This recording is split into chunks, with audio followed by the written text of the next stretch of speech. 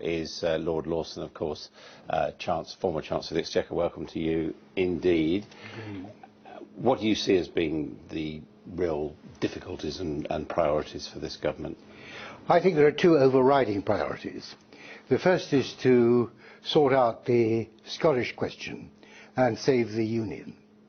And the second is to keep the economy on course. George Osborne has done very well so far, but there's a lot of progress which continues to be needed. And so those are the two major challenges and the major tasks ahead, I think. There are others, but those are the two most important. Well, I mean, there are those, including Lord Forsyth, who has been arguing that the way in which the Conservatives campaigned against a Labour SNP pact, as they saw it, has actually deepened the wounds and made it more likely that Scotland will become independent. I don't think it has. And anyhow, the threat which the Tories warned about in the campaign was a very real threat. So they were right to campaign on that. But now we've got to get down to business. In my opinion, the Smith Commission and the recommendations there, which were set out very quickly, very hurriedly, was something of a botched job. And I think you agree with the SNP there? And I agree with the SNP, I agree with Labour. What we need is a proper constitutional convention to sort out the whole constitutional issue. It's very serious, but that is what is needed. And do you think that the answer is full fiscal autonomy of making the Scots, if you like, pay their own bills? It may be, but there's also the other aspect of it. How do you deal with the question of the English being subordinated, as it were, to Scottish votes in the House of Commons from time to time, whereas the English have no control over what's happening in Scotland. And the more the devolution, full fiscal independence or whatever it is, the more unworkable that is. And I think that the idea of English votes for English laws is worth considering, but I don't think it's in fact the right answer, because I think it is bad for the Union to have two different classes of members of Parliament.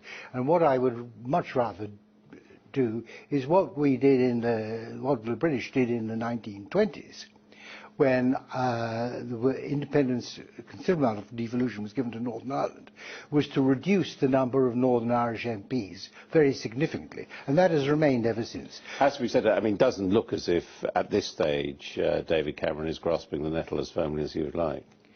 Well, I think he knows it's a nettle that needs to be grasped. Thistle, I think thistle. Yes, if he grasps it too closely, he might get hurt. But it's a very prickly thing, a thistle. But I do think that he's aware that this is an absolutely major issue that has to be tackled. It's the most difficult issue. But there are precedents. There's the precedent of, you need to look at the precedents. There's the precedent of Canada, where they had a great problem with French Canada, which was kind of separate from all the rest of Canada. And that was dealt with in a reasonably satisfactory way. On the economy, a lot of people are saying, well, the sums don't add up, that the spending pledges made in order to win the election are not covered in any of the plans that we've seen from the Treasury and from the Chancellor. Well, we shall have to see. I suspect George Osborne will want to have an early budget, a second budget this year, an early budget, now that he is no longer faced with an extraordinary difficulty he had in the coalition. Because not only is the conduct of economic policy, as I know well, never easy, he had to have everything agreed by the Liberal Democrats. But he's made his promise now not to raise any of the major taxes, VAT, or national insurance. I mean, where's he going to get the money from? Property tax? He's going to have to, as he said he was going to, he's going to have to find considerable economies in public spending. And raise taxes elsewhere, do you think? There may be some tax increases elsewhere, but I don't think I think the emphasis is going to be on savings in public expenditure, cutting public expenditure. The other issue, of course, is the European Union. You said publicly that as things stand, you would come out, you would vote no to staying in the European Union. Do you think it's conceivable that David Cameron and George Osborne could get the sort of concessions from the European Union that would make you change your mind? We shall see. I doubt it, but we shall see. And there is, incidentally, Adam, a connection, in my opinion, with the European Union issue and the Scottish issue.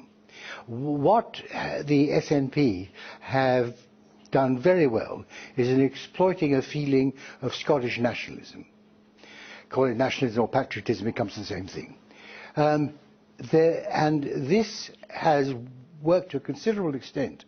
It's not the main reason, or maybe but nevertheless it is a reason, because somehow or other there isn't an equivalent British nationalism.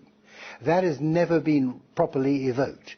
And there needs to be. People want to feel a belonging. They want to feel strongly about the nation they are part of. And I think that the European Union, which is a kind of competing political force, has made it more difficult to stress very strongly British nationalism. And that has got to come to the fore. It is right in itself, and it is relevant to the Scottish problem as well. Lord